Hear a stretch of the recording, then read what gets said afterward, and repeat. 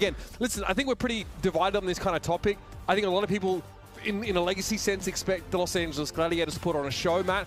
But their options, and as it was talked about in the pre-show, right, it's pretty slim for the Glads. I think they need a pretty clean win here to even have a chance of making it, and even then it's not really up to them, right? 3-0 or 3-1. Those are the only options here for the Gladiators, you know. They need to win this series pretty convincingly against a team who's been, you know, maybe not playing like up to the par, right? But now you have Speedily, you mentioned Hawk playing the Junker Queen quite well. You'd think a team that's in a better spot, you know, today in this current meta, right, than the Gladiators. So tough match for them. Yeah, I look, lots of garbage on Reddit this week, but great post that I found talking about, like, it plotted all the stats of Junker Queens based on, like, how they compare to the average. Hanbin's obviously an outliner. He has, like, it's a Z-scores used to describe, like, how much better someone's stats are than the average. Hanbin's like number 1. Hawk's like number 3, right? So, you know, in all the key stats, right? Kalios likes to ignore his deaths when he posts about his stats, but it included that one as well. Hawk is a top, I mean, John is calling him the Jote. He is a top Junker Queen player in the West. That fact is indisputable. This team, obviously, a little bit of a new look now. Vigilante comes in speedily, obviously shown us some great play from his first 2 games. First one, not so much, right? He even talked about some of his blades were a little bit wayward, but I kind of like his proclivity to try and make the play. This team looks like they're on an upward trajectory right now after a rough start. Even then, though, we saw some of the stats that the desk ran in, like, that head-to-head against Kevster. And if you would have told, like, Brad in the Atlanta Reign, like, hey, now you can sign Speedily now, and basically about, I don't know, halfway through the season, you're going to add a player in the same realm of, like, Kevster. You'd be like, yeah, we'll just do the that. right time. Like, at just the right time to show off his Genji ability. Yeah, I think you take that, right? That doesn't sound like a bad move. Yeah, where if that's kind of like where this player ends up sitting eventually, like, that is a huge addition to this team. Cannot go understated. I like how, you know, Johnny mentions, like, how good he's been. Seeing him play, and you think he'd just get better, right, one more time in the league. Yeah, okay, so obviously they've triumphed in the pursuit of happy, have the Gladiators, but they're still looking for a spot in Toronto. Obviously a big change here, no need to use Shu in hint scan role. It's not the first time I've actually seen it before, and yeah, mixed results. Space obviously operating as the Junker Queen player here, but I've got to say, this is a metagame where Skewed can really shine. His Brig has always been next to fabled, you know, when he's been in this lineup. He rarely ever gets subbed out because he's just so good across whatever role. Number 1 in hero damage, Matt, tied for first in uptime percentage at 38% on Brig right now. And I know Skewed is great on the Brig, right? A meta that forces you, doesn't really make, I mean, force isn't the right word, but a meta that pushes you away from having arguably your 2, you know, 2 of your 3 best players, I think, with, like, throwing Kevster in the mix, not in the lineup, is obviously not good for the Gladiators, right? So you're trying to figure out a way, I think, if you're the Gladiators, to qualify for the Summer Showdown, you know, give Shu and Reiner some rest, you know, towards that last stretch of the season, because they're going to be super important. Yeah, absolutely. And obviously, you know, we saw a little bit of Reiner, right? The Glads definitely tried Reiner on the Junker Queen. I, you know, obviously alluded to some of the issues they had there. Space comes in now to sort of fill that role. And the Glads have definitely been improving. And look, yeah, I think Scott said recency bias was kind of a thing. You know, the Glads obviously coming off that win recently against not a top team. You know, we could sort of argue the same goes for them as well, that maybe a bit of recency bias in how they performed against a team like the Eternal here. That said, it's a new day. The Gladiators have had time to work on their setup here. Li Shangtao is where it's going to begin, and the Genji matchup is definitely going to be an exciting one. I also want to see what kind of impact the Sojourns can have here. I think the first fight, especially on control map, is really interesting because generally, there will be Genjis building that blade before there's a sound barrier for the Lucio. That's how it normally goes. So keep an eye out for that. That first blade without a barrier to answer it can really decide the round on control based on how we know how important first fights are on these rounds. And the Gladiators making the change at the tank role, right, with Space in that last series against the Paris Eternal. You're kind of on even footing with Paris, right, because they're bringing in a whole new lineup where you're kind of obviously having that new tank to set the pace and whatnot. This, I think, more is like the real test, right? Oh, yeah. Against a team that has been playing consistently with this roster for a while now. And while Hanbin might be my joke, Hawk is definitely one of the top Junker Queens this season, across regions either way. So a little jagged blade, they're catching Kai. Not going to be able to yank him far enough out of formation to cause any issues here. And the Reigner tending towards his right-hand side. Commanding shot. a factor here, and disrupt the shot thrown on him. We have a trade already though, so Kevster goes down early, losing out in the neutral there, but Hawk's been removed. Kai though needs to offload some serious damage and keep the Gladiators at bay, and looks like they can. So Matt, they lose their Junker Queen early, but the Reign can hold their footing. Yeah, as they're gonna move their way onto the point. I think actually Speedily got in the way and reflected some shots back at space, got him low, and then finished it off with a melee. So they were finish off the Junker Queen for the enemy team like that. And Kevster jumps on, just touches the point, maybe make something happen with players coming off the spawn, but it'll be Atlanta Reign in control pretty handily right now. Bit of damage reflected there. Kevster actually had a little more, 200 HP's worth, so it's a full elimination's worth. Damage deflected. Okay, Happy's found OG to start. This is a good beginning here. But here comes the Reign, try and push in a little bit, leave Kai with plenty of space to work with. Still, they can't shut Happy down though. And the Reign that really tried to push up and deny space from players like Happy are now getting cut down. Can you make something out of this, though, if you're the Reign? You get a pick on the space here late. You see the Gladiators are pushing forward. They want to try and get one of these kills because everybody's going to get back for the Reign here pretty fast. Is going to have to go and, like, escort space back into play as may be able to make a play for the point. We had a Lucio taxi there from OG. What's Speedily looking for here? I think he might have got more than he bargained charging over the wall there. Still, the follow-up is going to be there from the rest of the Reign, so he can hang around and put a little more pressure down on space, but he's looking healthy. That uptime percentage from Skewed's going to be a problem here, and the blade comes out, but it's a rally from Skewed, and Astro gets that sound barrier up. OG has his in a second. Can he save Hawk's life? Hawk had his own commanding shot, so the Reign is still at a full 5, and OG has the latest sound barrier. This means it's a far more durable Atlanta Reign, but they lack control of the point right now, and they lose OG as Happy still has room to breathe. Hawk's able to bring Kevster down. This is awkward positioning for the Gladiators though, but there's a lot of pressure coming out of the back line of the Gladiators here. They need to keep it up. Now it's installed. That is one of the weirdest locations we'll see a team fight go down, and right around the corner on the Mega, everything ends up used there, but you have OG and Speedily still on the point here. Speedily also with Kai. Kai somehow stays alive on the outskirts. And a really drawn out fight with, I think, Atlanta being able to survive both of those support ults, and then OG being able to land his beat gives them the sustain there to just kind of outlast the Gladiators over time by just a little bit. And they still lose sort of the first play there. Happy's still able to find a key kill. But I think it's losing Hawk there that makes it harder for the Atlanta Reign to flip the point quickly enough. Oh, that's a nice connection. Okay, very cleverly done there. I think it was by Kai. He sets himself up behind the wall so he doesn't go charging or getting pulled into the Junker Queen there. Space finds Hawk though, and Kevster has the blade. Wants to pressure, but Vigilante stays him off for the time being. Speedily still wants to have a crack at this, but it is a Reign point for the time being, so Speedily's accruing some extra percentage. He'll concede now. Man, what two weird fights back to back, right? That time Space goes in with the Rampage. It doesn't connect with anybody. I believe Hawk actually gets 2 with the Rampage, but you know, Kevster's blade bails him out there where, you know, you don't have that blade and that's probably a fight loss. Like, yeah, you're getting close to last fight territory here for the Atlanta Reign, but that's going to be a commanding shout followed up by the blade of Speedily, and see what he can do. He's going to get at least 1. Finastro perhaps feels like he doesn't have the time to go for a beat there anyway. The Glads lose both their backlighters to Speedily's blade, but they hold on to both of those support ultimates. Speedily gets that blade gone now though, so relatively even footing for these two teams coming into this next fight. OG's likely to build that beat in a fairly timely fashion. So we're going to have like a repeat in old economy of that previous fight, Matt, in that really awkward location outside the point on the stairway, on the ledge. Yeah, we'll see where this fight takes place though. No, the Gladiators at 90%. But the Reign in control of the point is, yeah, OG will be up to his sound barrier now. So you'll have double support ults on both sides to round this one out. They're going to keep Hawk alive. Sound barrier comes out here for the Gladiators. They use that one first. Vigilante had the rally first for the Reign, and here's the beat to follow it up. Both teams fully committed to the fight with Skewed popping that ultimate, and Happy needs to get some work done with the space that he's been given. Hawk pressured down, forced to the left-hand side because of the disruptor shot, and there it is. Happy strikes gold. It's Kai to full. Skew's traded out though, but Speedily here is ready to pressure. 2 very quick kills now. Looks to try and put some down on Space, and he can't get away. Space is surrounded by the Atlanta Reign. Speedily such a menace in this kind of fight, and it's all but over here. The Gladiators are going to run out of steam as Funny Astro tries to keep their hopes alive. Particularly elusive, but it's not enough to keep the Glads in the round.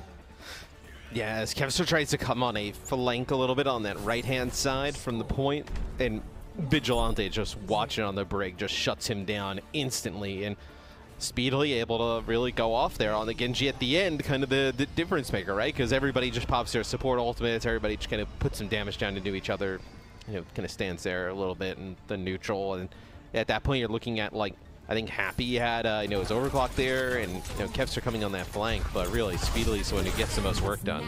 I mean, Speedily has about 60% of the Atlanta range damage. He has 12,000 of their 20,000 for that particular round. Per 10. Pretty insane. 8 and 2 final blows to deaths. Yeah, it's really hard to kind of like understand or really kind of put into context how important his you don't even see signing, right? Because he's been with them for the whole season, but now how much of an impact he's going to have as being added to this team, right? We haven't seen it over the course of a lot of games yet, but from what we've seen, he's been tremendous, and you think that keeps resulting in Atlanta Reign wins and, you know, tournament appearances. Sure. It could be one of the most impactful signings, you know, of the last offseason that didn't really kind of come to show till about halfway through. Yeah, big impact. Quick correction, that's damage per 10 stats. So his actual damage is closer to like a whole third of his team's damage. Still significant, but not nearly that scary. Good early fight for the Gladiators here, though. They put a lot of pressure down on the Rain before they can get set up. The point really just unlocked, and the Gladiators were ready to eat it up. Hawk wants to get aggressive. Can he get a Carnage connection? No. He was knocked back, and the Glads were able to stay scarce of it. A lot of damage on Kevster there. No Jagged Blade connection. The Genji is going to be able to get away alive, but the Rain are definitely baring their teeth a little here. Hawk knows he needs to maintain pressure, but he's taking a ton of poke here. Working his way around the middle of the map, and that was the charge to the backline by Speedily, but he got caught by Happy. Body shot railgun. 5v4 now for the Gladiators here, and they look to regain some space. That initial aggression from the Rain starts to peter out with the loss of that key player. Yeah, as Atlanta has to back up as soon as they lose Speedily. And I think you see from both sides, right? When we're on board with Hawk, how much they're pinging Kevster, keeping a track on him. Both teams really want to prevent these Genjis from going wild. Kevster Blade. He's really getting ahead this round. Sound Barrier instantly comes out from OG. He respects the potential, and it's a layered support ultimates here as Vigilante goes for the rally at the same time. Happy's going to have their overclock online pretty darn soon here, and the Glats have so many support ultimates. This is looking pretty dire for the Rain. Happy wants to try working from the side. Can he connect with OG as he's airborne? He's an easier target that way. A lot of very good chip damage from Happy, and he finishes Kai off with a body shot. The Rain have got nothing to work with, no key ultimates. Neither of their DPS have actually built their ultimates either. This is getting out of hand. Now this round has been complete domination from the Gladiators. As Space now with a Rampage can kind of use this as the door, as Atlanta really just forced to kind of funnel in. Should seal the deal. So what is a dominant round from the Glads? Rampage there, catches 3. Speedily and Hawk, bleeding a little now. Speedily, that's a tough position to be in, but he's able to get the Mega Health Pack, and in he comes with the Blade. Wants the pressure skew down, but Kevster's going to be there with a Swift Strike, and we've seen that face a few times from Speedily. Justified in this case here as the Gladiators shut the Atlanta Rain out. Atlanta only get a few kills in that round, let alone fights won. Complete shutout. Yeah, as the DPS never really got going for the Atlanta Rain. Happy able to land consistent rail shots for the Gladiators. Then Kevster obviously with a big blade there to start, and nothing out of Kai and Speedily. So round 2 goes heavy in favor of the Gladiators. As we go to this final round, a little bit more open space here on the point. You know, if you're going to get the same type of performances from Happy, right, with the way he's shooting right now, could be the one who helps put the Gladiators up 1-0 in the series. Man, the pace seems so different from the Gladiators. Like, they really woke up following that previous round. Not close in the slightest. So here's our Sim TP going forward. Now, if you're the Glads again, you want to put pressure in the neutral on the Rain here. See, OG, yep, definitely getting harassed out by Kevster now, who's looking much more aggressive than he did in that first round. Commanding shouts out from both sides here. OG trying to keep everyone back away from Hawk and allow him to sort of solidify his position. But that peak that he went for the Carnage took too much damage, and Kevster's there to finish him up. And here it is. Deja vu, Matthew. Yet again. Oh, right? The first round, really good for the Atlanta Reign. Since then, I mean, it has been brutal. Obviously, first fight here, but it kind of really brings back shades of just our last round. Is I mean, OG's built a pretty nice way towards a beat, but gonna need to be able to get in and get some of these kills. You see they're doing a much better job, the Gladiators, this last 2 rounds specifically, about really tracking speedily. Happy was 30% HP at the start of that fight, and I think Speedily identified that, but he's just knocked back instantly by Skewed. Skewed making it very hard to access Happy, who gets the first kill on that fight, right? Really just puts the Gladiators on the front foot. And again, have a look at these ultimate percentages here. Some big differences, especially, but Blade's going to be crucial in this fight, as Kevster may well have his before OG. I'm curious to see if he maintains that aggression, Matt, and just goes for it. Yeah, also using the Disruptor shot much more defensively. That's going to be the Blade, but the sound barrier in response. Yeah, nice job from OG. Gets it in the nick of time, Matthew. Kevster looking to try and, exploit the window of that not being quite available, but OG really dotted his I's, crossed his T's, and had that ready. It's still not enough, though, to keep the rain going. Man, they are getting absolutely rolled now. I mean, these do not look like the same teams we saw in the first point of this map. Oh, man, as Gladiator's been really dominant from there on out. As he's Speedily now with his Blade. He's going to go right into Funny Astro with this sound barrier.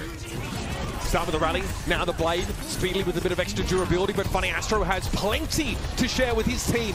Sound barrier makes it impossible for Speedily to get anything going. Now it's the old-fashioned way. Pressure on a Skewed. Kai's going to be able to find him with the body shot. He's had his body turned towards Speedily, which means he's susceptible to that railgun. And there it is, the rain. It's a brute force solution, no doubt about it, but this is where they can start to mount their comeback. Oh, it's going to be tough, though. I mean, you're going to have Kai with the overclock coming in next, and Space is going to have this rampage. So let's see what they decide to do. Is the Gladiator's going to head towards this right side. You want to force the fight out on the point, right? You can get much better value out of this rampage here from this position than trying to go over the bridge there in the open. Space trying to line up a rampage here. Hits that knife, so it's going to be a free accent. A lot of pressure on Hawk here. And there it is, Rampage onto the back line. If there's 2 plays you want to hit, Matt, it may as well be Vigilante and OG. Happy, though, takes Hawk down. That early pressure from Space makes it easier for the Sojourn to secure that kill. But Vigilante staves Kevster off yet again. The Atlanta Reign may have given up a lot of space to give up the point, though, crucially, Matt. And they had to know this. They've got to get back there. They've got overtime here with the Gladiators. Yep, they're going to have to regroup after that one. Nice connection by Kai. Yeah, point flips, but not enough firepower for the Gladiators to win it. But 40% on the point here, Mitch, and oh, nice shot there from Kai. Rally coming online. This is doable here for Atlanta to mount this comeback, because Kevster's going to have this Blade, most likely ends up using it here. Rally to kind of counter that. The biggest thing you're worried about is Blade plus 2 support ults. If the Gladiators wanted, they can just kind of junk this fight, so to speak.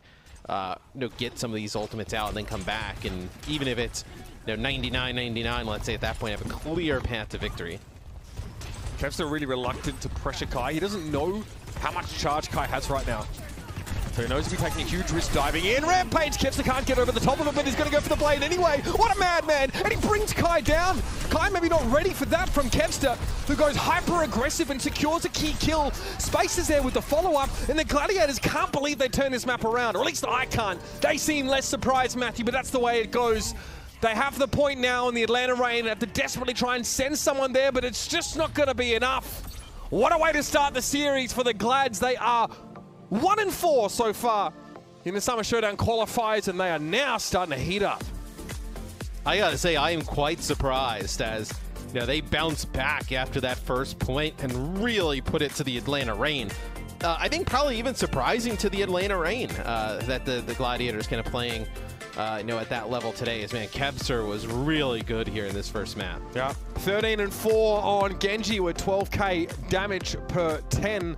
Pretty insane stuff. Happy also having a great round, and Kai was conspicuously absent. Ladies and gentlemen, the Atlanta Reign are going to have to rely on their big guns if they want to be competitive in this series, as the Glads have been fixing some of their issues, no doubt about it. Stick around, everybody. Of course, map number 2 is soon to follow.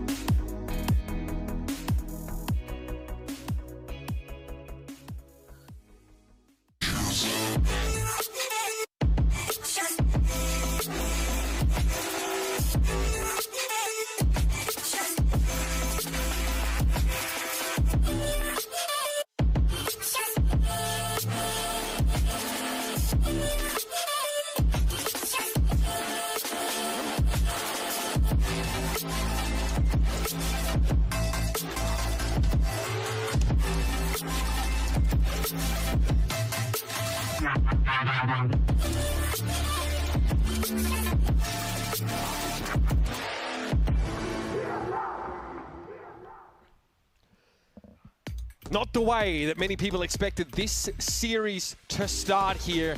Happy leading the way. I mean, we sort of talked up Kez before we went to break, but 13k damage done over the course of that series. It's probably closer to about 10k per 10 if my calculations are correct.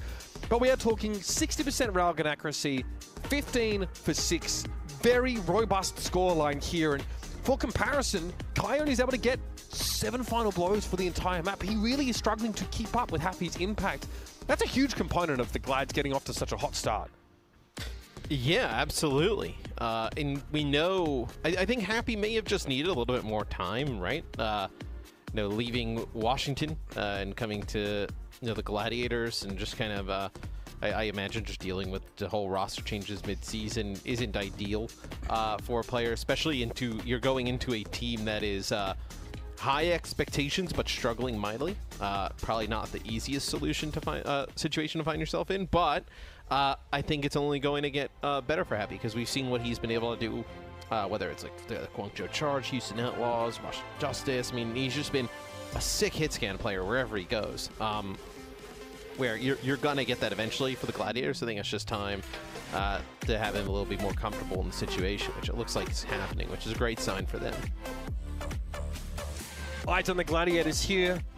We need to find out whether, it's not just a map-to-map thing. Maybe they're just, really strong on that sort of control map and they go from there, or whether they've really got a system that's working. Because I'll be honest, even Philadelphia can take a control map off the Shanghai Dragons map, as we discovered this week, and then look pretty listless for the whole series. You're also, if you're the Gladiators, right? I think there's a difference between like missing a tournament and then missing it in the fashion that you would miss it in comparatively to like how well you've played this season. And like, I'm sure this is a group that like this is just like really embarrassing. Like they obviously know they're really like way better than this as a unit, right? And I'm sure like it kind of goes from everybody up in the organization to the players and whatnot. Like it's maybe just not a lot of like pressure here, but more of like just kind of like taking out some of like the frustrations and. Hey, like the crazy part is they still have a chance to make the Summer Showdown, like we outlined earlier, right? With how much they've struggled, still an opportunity. This is the team that wins the kickoff clash, pretty convincingly. Yep. So, it's also like, so Happy gets that first kill. This is also if they made the Summer Showdown, like people are still not going to want to play this team. Yeah, I'd still pick them. If they made a Summer Showdown, like I'd still pick them to potentially win it. Like you really have to pull something out of the hat. That may be a little far. I don't know if I'd pull. I don't know if I'd pick them to win it. But I think if you're like another team and you're like looking at your bracket, my crystal ball like, picks require it. I had to pick a team before this stage started. You know what I mean? And that was the Glads, because how good they looked in the previous one, right? Despite everything that sort of went down. But I guarantee you, some teams would rather there'd be a lot of other teams, even ones that look better, that you'd rather see is a nice commanding shot there from Space, keeping them up. Yeah, Speedly obviously got yanked forward there by the knife, and Speedly charged in. Good commanding shout, like you pointed out, Matt. Space just threw that up, and the Gladiators stay safe for the time being. This is a hard point to defend in this current meta. A lot of teams get blown out pretty quickly, so already the Glads have done well, but perhaps a little more is what their fans are looking for. Kai and Hawk both bringing players down, and Space can be forced off the point here. Again, really, really, really tough to hold. Even the best teams can lose in the first fight here. So the fact that you buy a minute and a half for the Gladiators is a pretty good sign. Where you see more holds is here towards the second part of the map, but good start for the Atlanta Reign. They're going to have some ults going into this next fight as well. They're already trying to take some of the high ground. I think like you mentioned, with winning a control map and obviously they're getting one on the board, and they're I'm just like, a they salty need that Philly simp. Yeah, don't worry about me. Yeah, I mean that's not surprising. Everybody who roots for Philly sports in general is kind of like that. So Hex is probably sending me a text about the Eagles right now. But like we're gonna learn a little bit about like the Gladiators and like how good they actually are on this map, right? Like if they're able to win this, it's definitely a little bit more of a legitimate win, you would think. No doubt about it, against a team that showed themselves to be really solid, but all of their opponents, almost all of their opponents so far have been very good. That's what we talked about, a tough strength of schedule. But again, Happy leads the way in getting a pretty good defensive stop here, right? Funny Astro with Sound Barrier in that fight. Vigilante obviously used a rally. So our support ultimates are now at a phase between these two teams, which is going to be an interesting discussion point. Kai has a chance here to stamp his authority on this round after having a quiet start to this series, and that's a great way to open it up. Happy disintegrates under his scrutiny, and he still has an overclock to spend. I think Space got booped upward there, so it takes him longer to hit the ground, more time for the Gladiators to respond to the fact that the Junker Queen is descending on them. Much better looks here from the Rain. That is such a nasty shot to open things up from Kai, especially how we've been talking about how good Happy is, where, no, what I was just going to start talking about was, like, Kai has had like a tremendous stretch of games here on the Sojourn, and I think it becomes a little bit different when there's somebody on the other side who's like a real threat, and somebody like Happy who can match him. So it's be Kai using the overclock here, and that'll be a rampage from Space, which is huge. Yeah, huge connection there. OG going to fall to that. Kai's able to find Funny Astro at the start of the fight, but that's really the only consolation the Rain can derive from this fight. Scoot's rally, huge there, and OG not able to save his team with his Sound Barrier. Space finding a lot of purchase there on that rampage. Such a devastating ability, especially when the Glads are kind of pushing out of an area of the map that's a little hard to defend, so great way to set up your team and give them some room to work instantly. Yeah, so now you get back to this high ground again, and if you're the Rain, this is the situation that it's really hard for Kai compared to maybe some previous weeks, right? It's Happy is insane on the Sojourn, right? He's going to nail some of these shots. Vigilante doesn't make it with the rest of the team. Kai can't just go out and peek as much, right? Or as freely. There's always the threat of Happy being able to land one of these shots. What? An insta-kill? Yeah, impales himself on that particular knife. Still though, Hawk lacks a backup at this time, and Happy's able to find some big railgun connections there. Happy, I should point out, able to do a lot of work from the periphery of many of these fights there. And again, finding Vigilante at the beginning of that engagement is what's crucial. I think Atlanta Rain sort of drop down, or they get caught in a bit of a rough spot, and the Glads are doing a very good job, Matt, of actually singling out some really key targets at the beginning of these fights. Yeah, they were trying to speed across Atlanta, and I think Vigilante just maybe just got caught a little bit out from behind, and that was the one target. It literally could have been anybody. They just decided to jump on and focus him. Atlanta may want to try and circumvent the neutral here because they have such a weaker position. Speedly maybe just, if he can get high ground and blade here aggressively, he'll have to deal with a rally, but still. Happy. It's a tough angle to fire from. Speedly's going to pressure him down now. Another rail. It gets good bound damage, and Speedly falls. And it's Happy. A couple of body shots on the blading Genji, and Kessa's just able to swift strike in and follow that up. Still though, Space and Skewed are down. Kevston keeping himself out of trouble for the time being, as we'll see the Atlanta Rain now try and spread out and just clear the Gladiators from this area. Funny Astro, that bleed is going to be a problem for him, and yeah, he's unlikely to survive this at all. It's going to cancel out his self-heals. And that'll be that. 2 checkpoints for the Rain. The beat from Funny Astro is so perfectly timed there against the Speedily Blade, but the rally from Vigilante is able to keep everybody from the Rain alive towards the end of that and get the cart over the line. Pretty good defense, though, from the Glads, all things considered, right? 2 minutes on the clock here for the Rain to complete the map. You have a Blade, and you're going to have a Rampage and a Rally coming in this fight, so didn't really kind of have to overspin an ultimates to make some of that happen there towards the end. Pretty good hold for the Gladiators, and also fortunate for the Atlanta Rain. They're able to get the point. Overnight, I really enjoyed the charge on this map with Choi Se-hwan switching to the Tracer and actually just dominating. There's a few different ways you can play this part of the map if you want to try and get the hold, but that's not a good start for the Glads defensively. Kai finds that first pick here. That's what the Rain have been needing. I mentioned it at the end of the last break. Kevston tried to make up the deficit here with a Sound Barrier. They get beat up. That's huge. And Kevston holds his blade now, studiously. Vigilante, no rally available, so here we go. Kai may have found the first pick, and OG gets another one, but getting rid of the Sojourn here will be huge. Kevston finds one. Dash reset comes at a good time to put a lot of pressure down on Hawk as well, who despite having Rampages below half health, and it's hard to heal that deficit up. So Kevston has bought the Glads some time. Yeah, and Kai ends up using the overclock there as Kevster's coming at him, and Kevster really smart, ends up using the deflect, forcing Kai to end up using the power slide to try and get away, and then the dash and with the blade right through him. As man, yeah, they force that Sound Barrier OG, which is massive. Rampage for Hawk, catches 2, Space not feeling like he wants to reciprocate at this time, so the Glads lose their frontliner. Speedily with a little bit of bleed on him there, and The shot came in from Happy to keep him laying low, but it's about time to go in. The Rain can actually sort of link these two fights together. If they can get a decent blade off, they'll be running into Funny Astro's sound barrier, which you know he's saving for just such an occasion. But the time is now if you want to make the play. Speedly gets doused there, of course, as it's going to be a nice Rampage connection. Speedly trying to deflect, trying to keep himself alive, but Space is going to get to bring him down. The cart's moving. Eventually, the Glads, though, can make that small rotation and now pressure into the choke. This is looking scary for Atlanta. They're not going to have time to be 5 or even on the card at all. And there's the stop. Very close to map completion, though. You can kind of think, remember when we were talking about like the beat forced out of OG, like you almost want to try and, so the beat there, you can use it, and I think the decision making probably is like that corner is really difficult to go around, and if you have a player advantage, even if your players are currently getting weak and you may have like the lower HP pools overall, sure, it's worth investing that to be able to get the cart around that corner, right? Because once you get it around that corner, they kind of have to play in that choke opening by like the spawn, pretty much, right? I don't know if it gets much easier for attackers, right? I mean, when you get into the cul-de-sac, it's pretty hard to line up rampages, like we've sort of seen.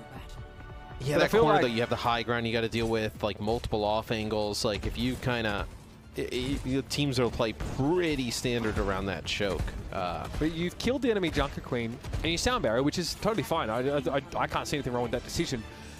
But then the instant pressure on your Sojourn, who ults, and then gets taken out by Genji, and then the Genji turns around and like double slashes your Junker Queen, and all of a sudden, you can't heal that up quickly enough. The enemy still has their Sojourn with even more space now because Kevs has played that far forward. It's a pretty scary prospect. I can see why the Rain weren't able to get any advantage there, but like you've got to give credit to Kevster there for kind of stopping their advance. Even in a 4v5, the Glads just sort of even it up and buy themselves a ton of time. So this is interesting. You're going to end up having Kai here play the Ashe. So Ashe we see on the longer sightline maps. The Dynamite gets pretty good value when the teams group together. Can they keep him alive, though? Right, but you give up the choke, so now where's your Ashe value? Like, do you have nearly as much? I thought you maybe want to try and keep them in the choke for as long as you possibly can, but the Rain position a bit more defensively than that. Yeah, this is going to be tough, right? I mean, you can get pretty good Dynamite value because you know they're all going to be playing together. Yeah, I mean, right there, it gets a pretty big one, but it's enough damage to take out Space. Space is down. Speedly is able to follow that up. A lot of heal pressure, excuse me, generated by that Dynamite. Funny Astro lingers a little too long. Kevster, if he gets out of this, it'll be a bit of a miracle. He gets a heal pack, though. Or maybe a health pack. Regardless, the Rain unable to punish that any further. So the Glads move back in and they sort of claim the high ground very quickly. It's a terrible position to play from for Atlanta. Really weak defensively speaking. Forced around a corner, out of line of sight. OG down. Yeah, they eventually find Kai, who has less mobility than he did on Sojourn. So it's going to be one-sided. Well, you think the Ashe is probably a bit better on the second part of the map, right? Right. You're really looking for the lines for the Dynamites here across like point. When you get to the high ground here and the range, that's when the Ashe can make a huge impact, as you see Kevster find out really early. So he takes a shot, almost gets taken out. How much do your win cons change, do you think, if you're playing Ashe here as opposed to the Sojourn? It's pretty similar, right? I mean, if anything, like, no, the Ashe prevents you from being like as aggressive, like push forward, possibly. Than the Sojourn. Like, the Sojourn can get in and out quite easily, but I think ultimately pretty similar. Oh, man. Okay. Well, Kai keeps himself alive, which I'm sure is fine for him. Unfortunately, no teammates to back him up there, and all the Glads used was a Dragon Blade. And you saw Kevster forced back by the coach gun initially, but he was still in a position to quite easily find a player to sort of bring down. The one thing, I guess, in the Rain's favour, Matt, is they haven't spent any ultimates either. I think Bob can be pretty impactful here as this comp sort of has to commit. They have to sort of, you know, engage, and they can, if Bob's in the right place, it's even more heal pressure that's really hard to answer. Yeah, they just need to have the fight happen on the cart, right? If they're up on the high ground, kind of playing, like, you know, especially like Happy playing from that angle, the Bobs really contribute much. That'll be Bob here early.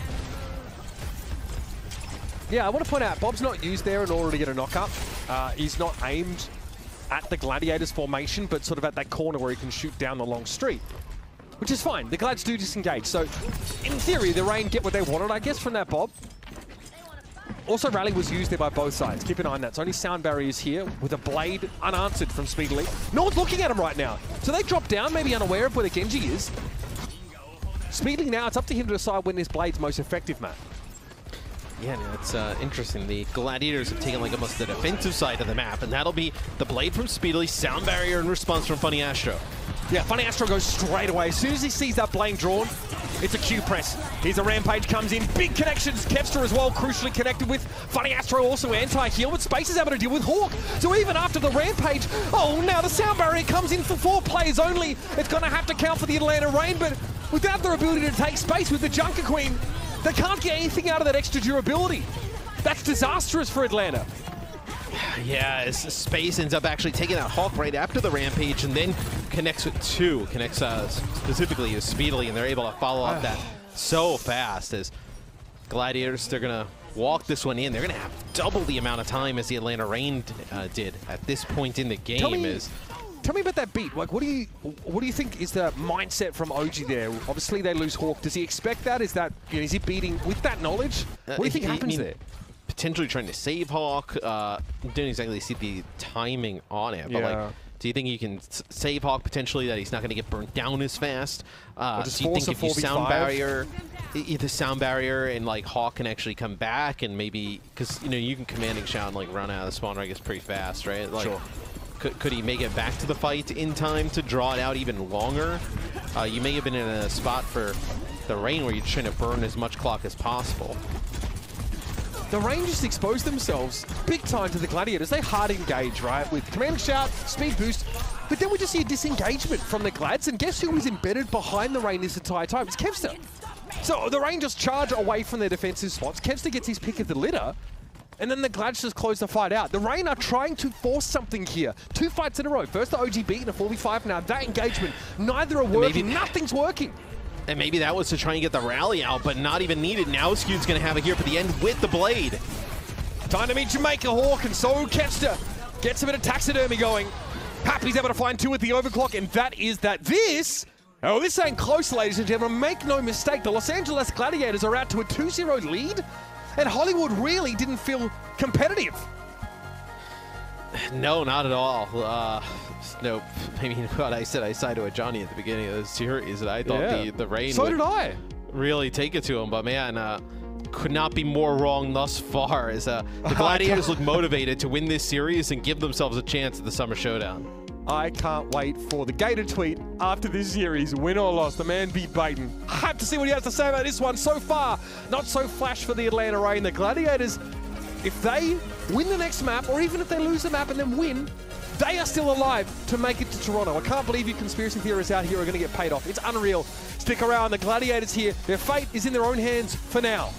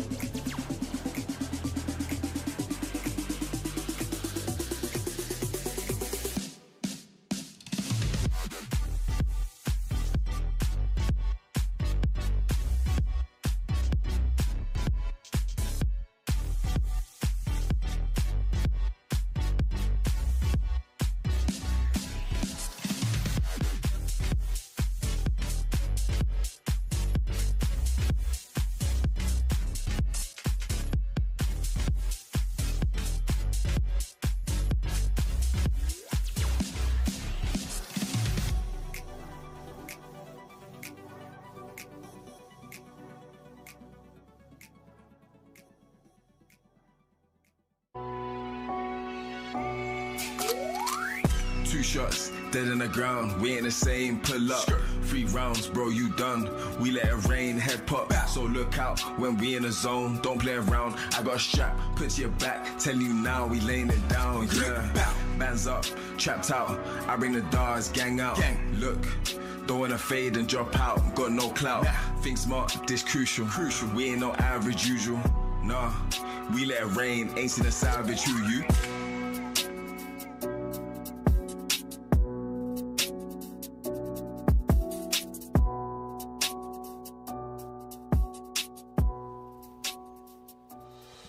We are less than a week away from Canada's first ever Overwatch League tournament. The Toronto Defiant are hosting the Summer Showdown presented by Bell, September 8th to 11th.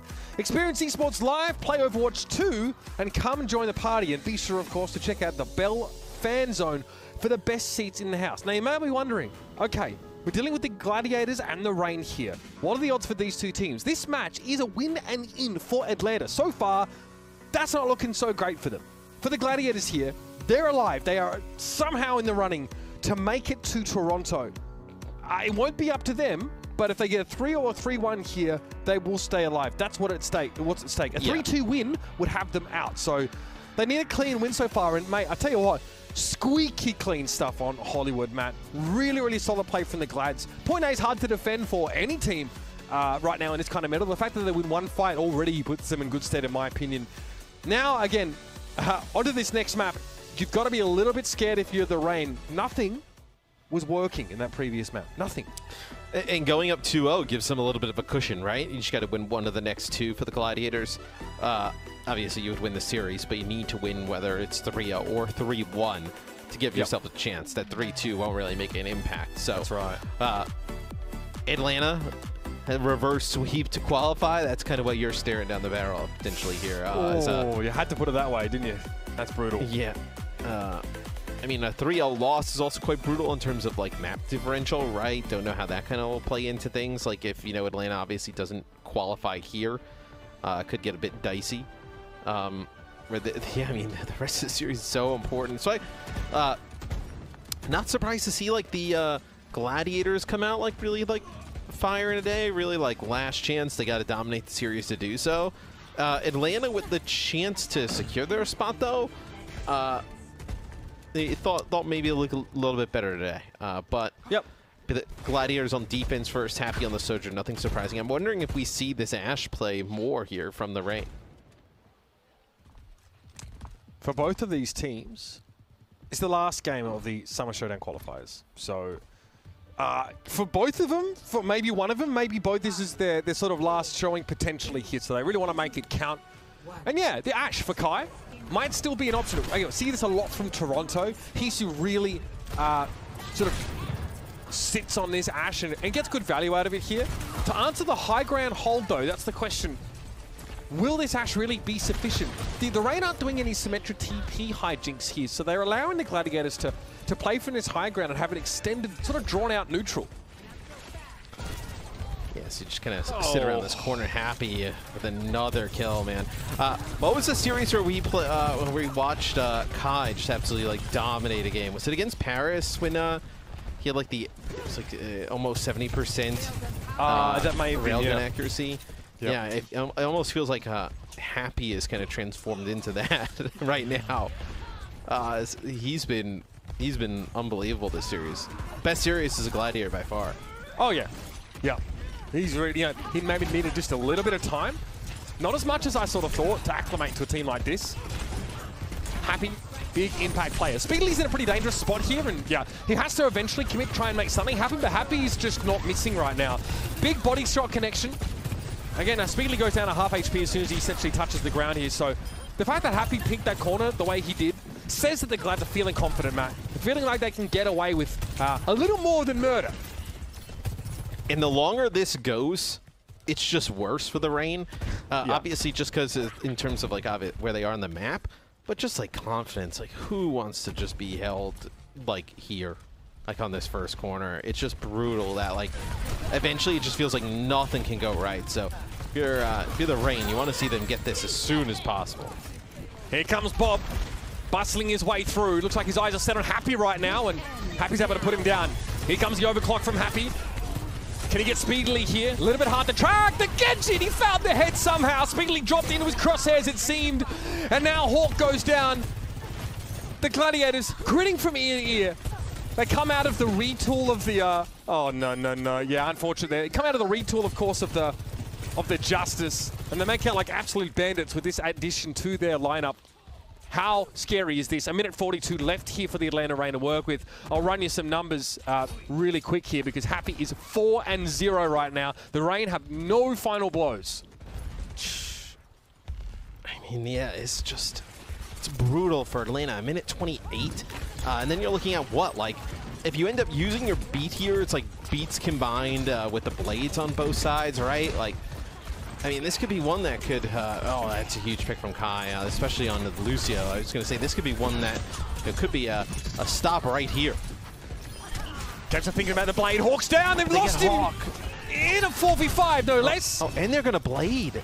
Now, this blade is going to be mostly ornamental, Matthew. Speedily, yeah, but trying to brandish it menacingly. But you're not even going to get the sound barrier out. Because Funny Ash is like not even back yet.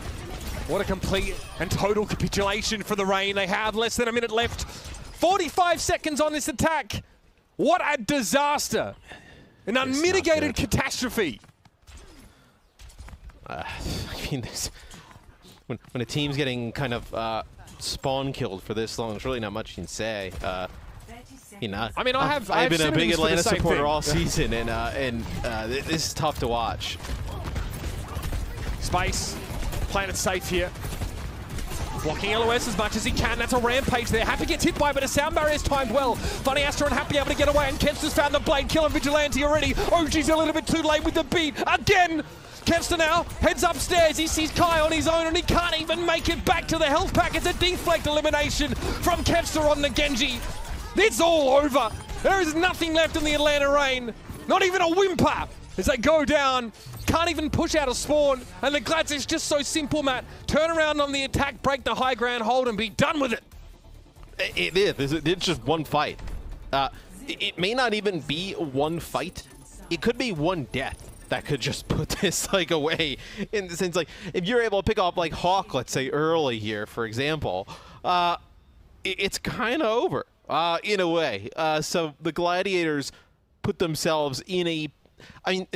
I think even for the people who thought the Gladiators would win today, would not have expected it to be in this type of fashion, right? It would be in a close back and forth 3-1.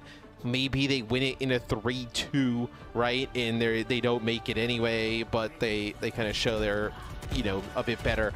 I don't know if anyone predicted that this would be kind of how it would go, that they would spawn kill the Atlanta Reign on a map like Dorado. They only get 34 meters on the payload overall. I mean, that's just unreal plays from the Glads today.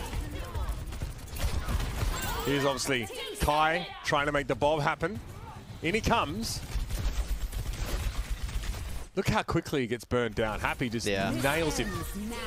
Well, also, we've seen Sojourns, when the bob comes out, you, fire into the bob. You can, build up, a full rail shot, then go try and shoot at a player, and then kind of, farming Bob for resources like over and over again, right? Yeah, yeah.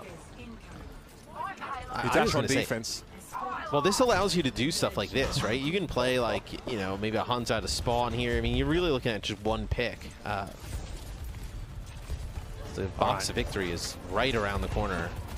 Early Dynamite connect there. Hawk a little low, has the shout here, but can't use it aggressively. Space with the later commanding shout. Good Dynamites here from Kai, building that ultimate up quite well. Playing around his car as much as he can. This will be slow going to start with. Happy, Kevster both very, very low, but speedily seeing better days himself. Glad's just healing through this. Funny Astro getting very close to that sound barrier already. Trades of commanding shouts here, but look, you can see the formation starting to break down a little bit. Hawk's low, he has to go aggressive, looking for space here. Space, though, being kept alive, but Kevster gets taken down on the right-hand side. Nice work by Vigilante. Sees the opening, goes for it. Speedily deflects, should be able to get to safety here. This is a good start from Atlanta. It's going to take a lot more than that, but it's a good opener.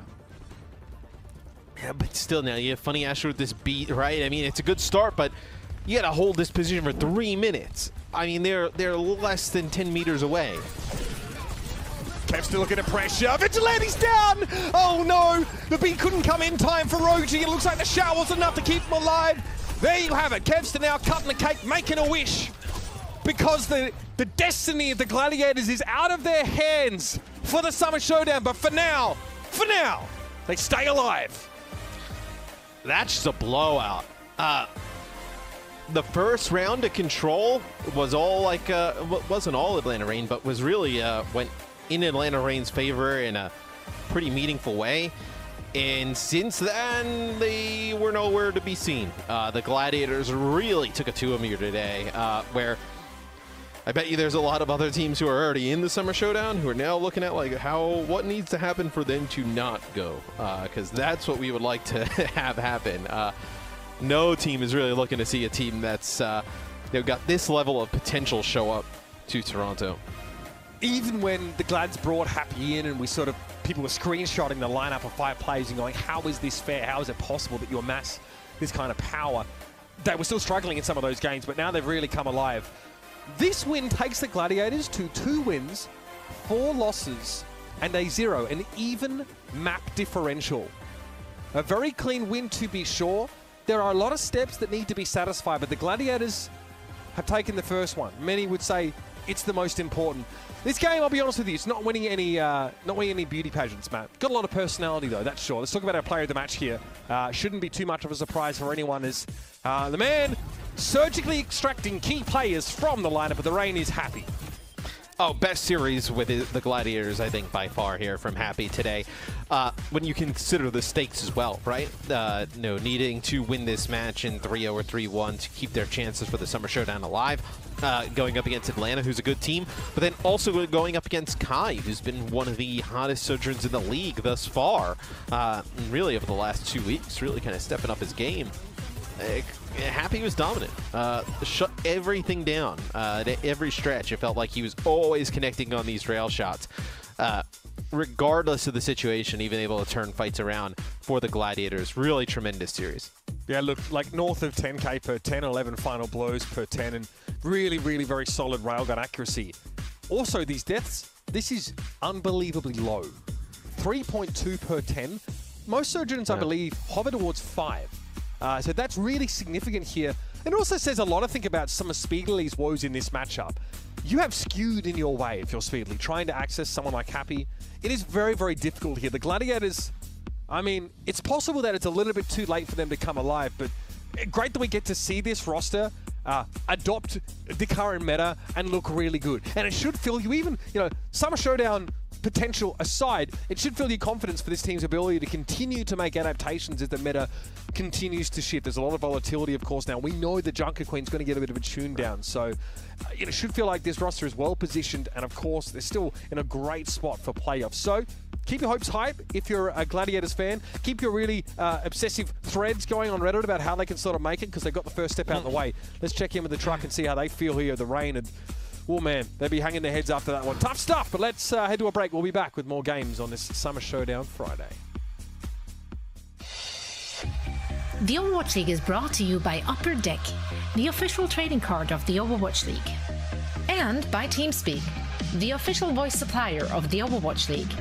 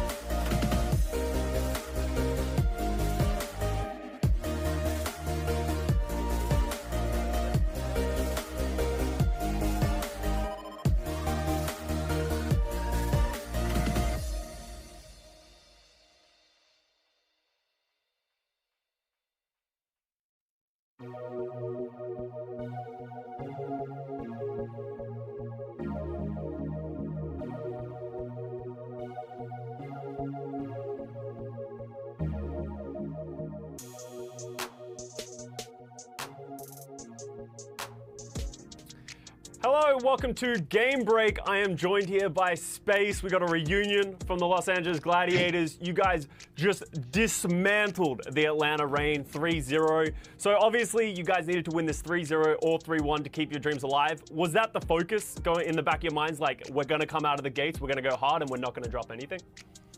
Yeah, basically our focus was just purely on Atlanta. We weren't worrying about any other maps except this series. Just focus on how we can beat Atlanta and just focus on this map. Take it map by map and go for the 3-0. That was our main focus. Yeah, absolutely. And so obviously you've come in just these last 2 matches. You know, we haven't seen much of you this year. Junker Queen is obviously a very new hero. You don't really have the opportunity to get much meaningful practice. How have you been able to stay warm and come in and just put on this level of performance on the Junker Queen? Yeah, so I mean, it's definitely hard when you don't get to scrim at the start, but we have like this ranked circus server that some people set up, which I practice a lot with the contenders and the Overwatch League players in, and then, you know, just scrims as much as I can. So just a lot of pugs and a lot of scrims, and I've been able to catch up pretty well, I feel like, which I'm thankful for. Yeah, man, you've been crushing it as always. So obviously you coming in was a pretty drastic change. We've primarily seen Reiner throughout the year. We've also seen some other team changes of how you've played in this meta. Can you give me any insight to that? Is there something that sort of like flipped a switch to get you to this level? I think just we needed to figure it out more. We needed to kind of find ourselves in the meta. I felt like we weren't focusing so much about the Gladiators' identity in the Junker Queen meta, and, you know, we just had to learn and adapt and, you know, keep our mentals up. I feel like just keep our mentals strong for these last 2 matches, and, you know, now we just have to kind of pray that we can make it through and kind of prove ourselves, redeem ourselves in Toronto. But it's definitely been a lot harder this stage for us, a lot harder on the mental, but we have some great coaches and some great players, so luckily we went 2-4. Yeah, absolutely, man. So obviously, you know, this is well away, but how confident are you guys? If you guys do somehow make it out the other side of the tunnel, do qualify for the LAN, how confident are you guys that you can make a deep run in Toronto? I think we're definitely very confident because I feel like not many teams are like, no one has kind of like took the level up that's way higher. I feel like everyone's kind of equal on this Junker Queen comp. So I think, you know, if we work hard and we practice hard for Toronto, we can definitely have a good run for sure. Absolutely, I believe it as well, man. Okay, thank you very much for joining me, and good luck with the rest of the matches that you don't have to play in. Thank you, bro. I appreciate it. Peace. All right, thank you so much, Space, and of course, Scott. Thank you so much for the interview. Gladiators! You're on the train? No, it was us two. Brutal. Yeah. That, I mean, 3-0 victory for the Los Angeles Gladiators, and they keep their dreams alive, like you said. Let's take a look on how the Gladiators can make it to the Summer Showdown qualifiers. Spitfire, they need to have Spitfire to lose 3-0, 3-0, or 3-1 to Defiant. Mayhem to lose to Eternal, sorry guys, or Excelsior, and need Excelsior to lose to Eternal or Mayhem. They've got 1 out of 4 off the list. You know, Yeah? Obviously there's a lot of random things happening. No way. It's very complicated. Toey, you said there was You've been saying that the whole day, but there was no way the Gladiators would beat the Rain. not Look at us now. happening. Look at us now. I mean, No, this it's not match, happening. I was on the side for Gladiators, but I didn't expect this to be such a dominant performance from Los Angeles Gladiators. What do you guys think happened for this match? What happened to the Atlanta Rain, and, you know, how did this match play out? All right, so I'll say this. It can't be understated how important Happy has been joining this team, because one of my biggest complaints going into this stage and after the first couple of matches for the LA Gladiators, they lost, of course, was that they were sticking to playing the Ashe. And it was, you know, for understandable reasons, you know, with the Potipan stuff going on, as well as having Ans play that Ashe instead. But it wasn't really the LA Gladiators playstyle, and Space also mentioned this in the interview itself. They didn't really focus on the LA Gladiators identity in this meta. And that's exactly what I said early on in the stage. I didn't like the Ashe because it slowed down and it didn't really it didn't play to who the LA Gladiators are. And who are they? They're explosive. They like to push forward. They like to engage. They like to be in the face of their opponent. And the Sojourn plays way more to that because of the added mobility, of course. You don't have to stay back as an Ashe as much. So Happy coming into this team, being able to play Sojourn at a really top tier level. It also allows Kevster in Space to push aggressively because, you know, you can push your limits a little bit faster, a little bit harder. So I really like this style from the LA Gladiators. I think the way they synced with Space, his rampages from Junker Queen, they got so much value out of that, and Kevster as well. Kevster had like a monster game. It was unbelievable. Oh, yeah. I said going into this series that Speedily and Kevster was going to be like a Genji battle for the ages. Look, it was like you could have put Sideshow in Speedily's place. It wouldn't have mattered. Okay, let's calm down. Kevster was unbelievable. It was so one-sided. Kevster, I think he had like 12,000, 14,000 per 10 minutes as Genji. As Genji! unbelievable stats. And as I mentioned, of course, Space as well. His Jungle Queen performance looked really good. Reiner struggled early on this stage on that hero itself.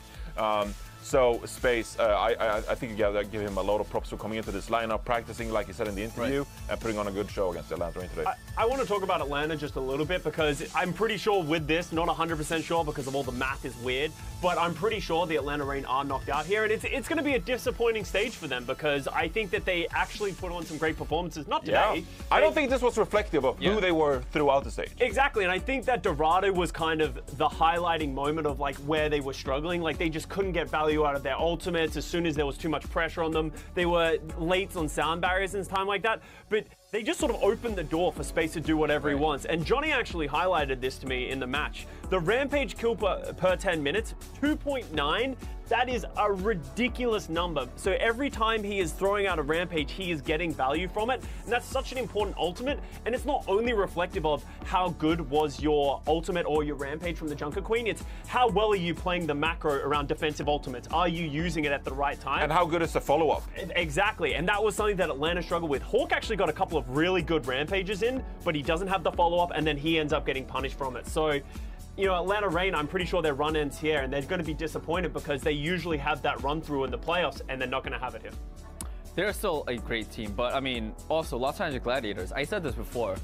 If somehow they make it in, there's a chance. They're going to go for a long run. I feel like, and if they're playing like this, of course, they might still have a chance to win it all. But our next match, let's move on to our next match. We got Paris Eternal versus the New York Excelsior. What are you guys looking out for this match? I can't believe I'm going to say this, but I'm really excited for this match. It's actually going to be really important. There's a lot of implications that are coming through. Personally, you have to go for the New York Excelsior right now. I think we all credited them for our predictions. Yeah. But I think the power of Yaki and Flora, I think it's going to be too much, and I don't think Paris will have those answers. Yeah, I agree. I think the reason we perceive it to be so close is honestly because both teams have had a tough schedule and they've just like been dominated. Like they've just been like 3-0 and 3-1, and like we don't actually know how they compare because they both like lost so bad. No, but look, I'll turn this around somehow. But the Paris Eternal, that just means that like I'm willing to give Paris Eternal a chance here. Even though Paris Eternal, they've like been 3-0 so far, this new lineup of theirs, I actually do think that they could stay competitive when they finally get around to facing some of the easier teams around the league, like the New York Excelsior here today. So this is a prime opportunity for the Paris Eternal to get their first win under their belt with this new lineup. Yeah, because their last two matches, it was the Atlanta Rain when Kai went crazy, and then the Los Angeles Gladiators, who we know is in good Exactly. form. So, as Johnny said, I'm right. I'm on. You know, it sounds bad, but I was right. No, he's right. This is the real test. We are all excited for this match, so let's jump right in. Paris versus New York, and for all the action, we have Johnson Necra. Hi! Hi! Hi! How's it going? Yo. I like how Johnny says, he comes in straight away, goes, dude, they just need to face easier teams, man. It's just, look, they just need to face easier teams. I know New York are 2-14, but like, they still got Yaki and Flora. So hard! Doesn't matter. You don't need to call New York easy. Jesus, he's out here being a savage. I mean, look, they beat the Outlaws, okay? And if they can beat the Outlaws, they can beat any top team. I still believe in my boy Yaki. He ain't gonna stop until he gets to that tournament. Do you think he's a top 3 flex CPS in the league, Jack? I don't think that anymore, but he's still top 5. Okay. Maybe. We'll see. Top 5! Okay! This is outrageous! Okay. This is unbelievable! I think I need a new casting I'm partner. speechless. No, what? Yeah. Okay. No, I've had too many caster parts. We can't do this now. Right, we're gonna leave the desk before I get ejected from this broadcast. You're sus, Thank you, guys. We'll talk to you in a minute. Yeah. Paris Eternal and the New York Excelsior, they both have 3 wins in the regular season rows between them. It has looked pretty rough. And Johnny is right, really. I just like to mess with them a little bit. They've had some of the toughest opposition you could possibly have coming in as almost a brand new roster, right? New York Excelsior, they've not had a very good journey either thus far, but maybe this is the point where they gain some additional wins in the regular season, maybe even make it to the tournament. There's a lot to do today and tomorrow and Sunday, to be fair, in like sorting out where teams are going to be placed and who wins and who needs. There's a lot of maths going on, but it's still very possible for New York. I mean, we saw some of the math, even just the Los Angeles Gladiators need to make it to the Summer Showdown. Like, that's actually words I never thought would come out of my mouth for this stage, but you're absolutely right. And even taking a look at this matchup, I mean, New York could still make it. Yeah, Paris out, but I think they're looking forward to what the season has ahead. Yeah, definitely. I mean, brand new start, and yeah, maybe get some dubs in the next qualifiers. We'll have to wait and see. Now, what's really funny about the next 3 days, Rose, is the Paris Eternal, the NYXL, and the Florida Mayhem all have to play each other. They ignore basically the rest of the Overwatch League team, That's and they just play each other once, which is kind of insane, which also determines who scrapes in today, scrapes into the tournament, and we'll find out that on Sunday. The Paris Eternal, like they mentioned, they're not in the Summer Showdown, but maybe a bit more practice against a team that's more on their level would be a nice little thing. I mean, you got to think about it as well, is that Paris has exactly 1 win for the season as a whole. And that win just so happens to be against the New York Excelsior.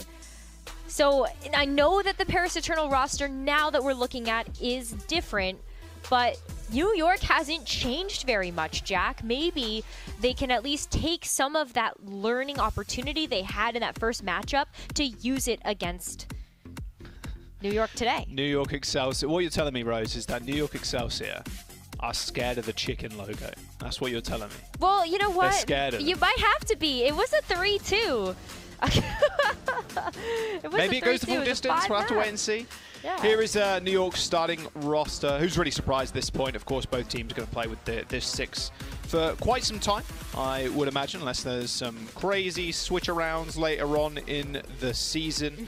But New York currently sitting at 1-3. Same with the Florida Mayhem. Like I said, it may just come down to that last match on Sunday where New York play Florida if it's not decided before then. But both those teams are sitting on 1-3. It's just Florida with that additional map under their belt, which is putting them ahead of New York currently.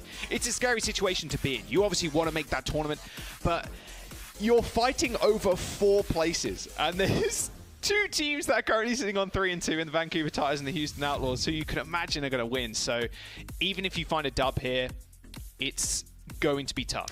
It's still very fateful. And it's always scary when that ends up going out of your hands, but it is also, you know, hopeful that they can still get some type of map differential. I mean, the other thing that you have to look at here too that's very different with this head-to-head versus the last match between Paris and New York we saw earlier on in the season is that New York have had so much time to work together as well with the roster that they're currently running. They did add in Ansunjae a little bit sooner, so you know they're still doing well in terms of making that synergy coexist between Gangnam Jin and Ansunjae, but otherwise, that's a lot of players that have had time together, Jaws. Yeah, that's just time is maybe what you need. Time heals all wounds, and what's crazy, actually, I was thinking about this yesterday, Rose, coming into this week. I'm like, man, this year has gone just absurdly fast. Like, we are over halfway through the year already. A lot of teams have either got a place in playoffs already or like the play-ins too, and it's you need to start finding dubs if you're New York or Paris to see yourself going to a playoff scenario. We'll have to wait and see. We're jumping into map number 1. Kind of rammed a ton in that game, but it's all good. We're going to Ilios. I'm starting off on well, and no crazy changes here in terms of comps, but Flora is running the Ashe over Dove's Sojourn. Yeah, we've seen that a few times, and the Ashe and that Sojourn is always so different, but Florida being able to get up close and personal can definitely help because you get a chance to be a part of the action earlier on. Oh, nice first pick by Dove, though. Good start from the Paris Eternal. Did take over that cage, and is... Oh, that was a weird interaction, like a knife pull, then he got the slide up into the high ground. What's quite funny is what Mitch was actually saying on Hollywood in our last series, where Ashe is like most effective with those big long sight lines, and you don't really get that here on well. If you're set up and you have defense to the point, yeah, that's great, but coming in at an angle like this with like very small corridors to kind of look down, kind of rough for the Ashe. It is tough, but I think you also want to consider how you get value out of the full of the kit, like including that coach gun. And so that's why I look at sometimes the Ashe can get a little bit more up close and personal, because you always have the ability to eject yourself out of the situation with the coach gun as long as everything is timed correctly and you have the support behind you like Gangnam Gym's Brigida. 50% towards that blade is Yaki currently, as New York are going to pressure the point. In fact, just cap it right underneath the feet of the Paris Eternal. Lucamino gets booped off the map, or maybe just whip-shotted. Not sure what happened, but they do end up trading as Yaki was just trying to contest at that point. Martho a little bit low, though. Dynamite. No pack. No. So no pack. So no pack, no heals. That's unlucky. Okay. New York Excelsior are going to be able to run over the Paris Eternal now, as they've lost a lot of their damage. Yeah, what happened there? Maltho was well within a sight line to be able to get some type of healing. And that just feels super unfortunate. New York Excelsior as well, capping right under the noses of the Paris Eternal, means that they're about to match that percentage captured. And on top of that, you've got ultimates coming online now for both teams. And this is where the Ashe can be a big difference maker. You've got an extra presence on the point, and also a way to make sure that you are funneling the Paris Eternal where you want them to by shutting down an avenue with the Bob. There's that rally. There's that Bob. Maltho going pretty low as he dives the backline of the New York Excelsior, but look at the pressure Flora is exerting right now. Dove had to deal with the Bob with the rest of his team. Oh, the nice little duck there, in fact, by Flora to dodge that railgun. Yaki's even earned himself a blade. That overhealth from the rally. Paris Eternal aren't going to be able to utilize that to push on to the point now, as New York Excelsior hold them off with just the Bob. And the Paris Eternal looking a little bit lost currently. They're just going to regroup again as 6. I can imagine just waiting for that rallying cry, or the commanding shout even. But look to at do how eventually make their way back in. Yeah. There's the blade. The beat's going to match. Yaki now backing off. A humongous dash on Malful, though, as he pulls out a blade of his own and takes care of Gangnam Jin, who had that rally in tow. Ansu J couldn't get that beat down quick enough before their brig was taken care of. And now it's a small duel on the edge of the map, but Flora is outmanned and outgunned as the Paris Eternal now try and push Excel off the point. 97% and building. They should be able to get it to 99 before Paris Eternal push them off. looks like they will be able to, but can New York even come back into this one? Because if they stall for long enough, maybe they can use the rally. There's the rally, like you said. Dove choosing that ultimate too, but look, he's just looking every single direction of just not in front of the New York Excelsior. He does dive out the way of the Genji for the time being, but Yaki just hunts and chases him down. Dove had too many angles to try and peek there to try and get a kill and didn't find anything. A rampage from Quarry does hit one, but it's only Yaki as the rest of Excelsior are more than happy just to run over the rest of Eternal. Lucamino gets taken care of, and the NYXL are going to take round number one.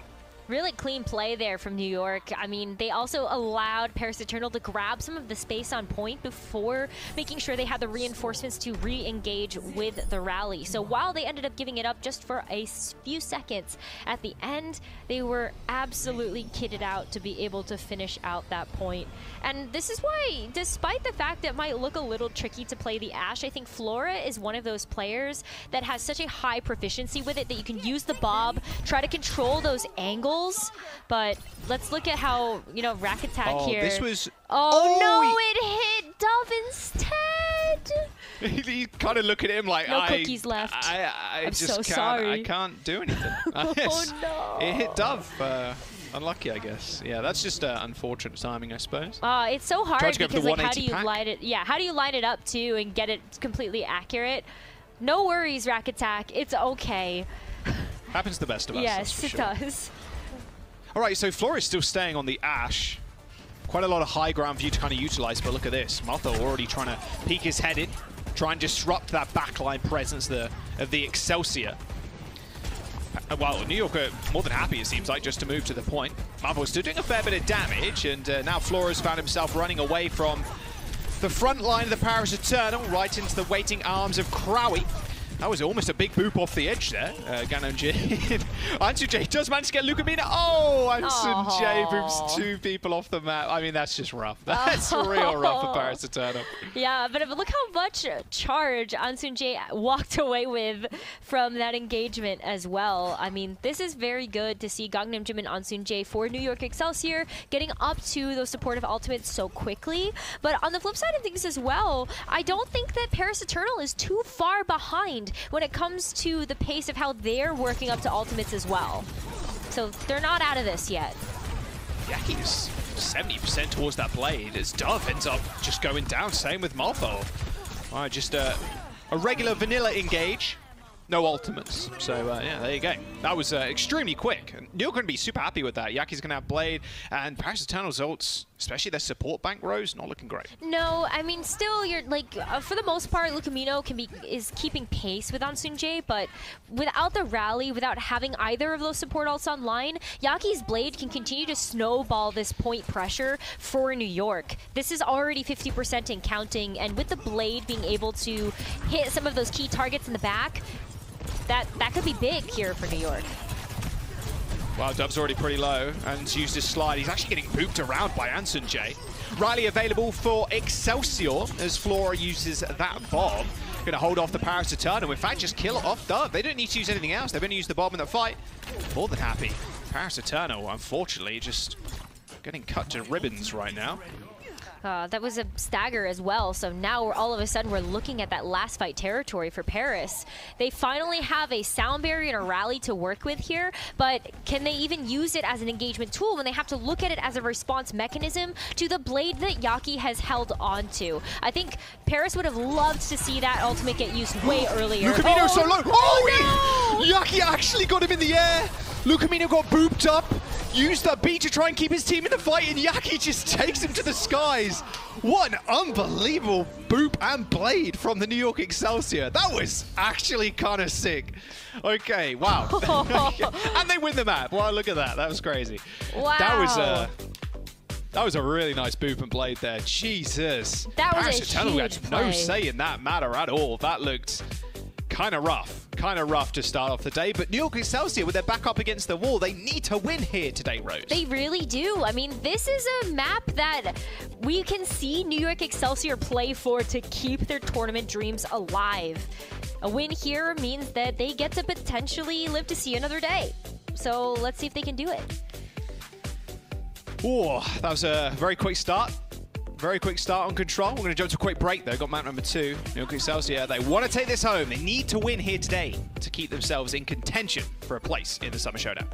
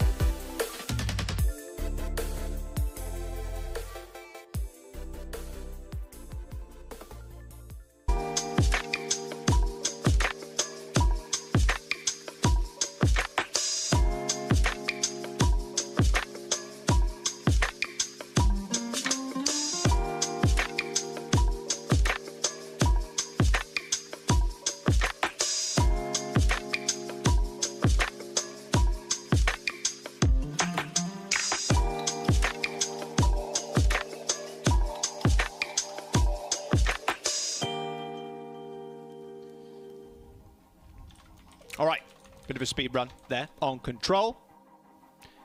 New York looking good, I will say. They are looking pretty good. And they need to look good because they need to win. If they don't win, they are out. Summer Showdown is just around the corner. Literally, like, we're traveling like next week, Rose, to go to Toronto. Yeah. It's going to be an exciting time. And yeah, I can imagine all the New York fans hoping that they make it there. Paris Eternal are already out, so they are just playing. I feel, especially with the time that they've had in the Overwatch League, it's like more practice, right? And that's what you really need. They face some incredibly tough opposition coming into this week. So maybe yeah, New York's more their speed. Didn't really look like it though on on control as New York ended that in a blink of an eye. Yeah, unfortunately, that particular map didn't look terribly competitive. However, maybe this next one will be. We've seen that Paris Eternal can do some really cool things when it comes to defense and also when we incorporate longer sight lines. And I think that when we move to Paraíso, we're definitely getting those, especially when you look at the first point. Be nice for Florida.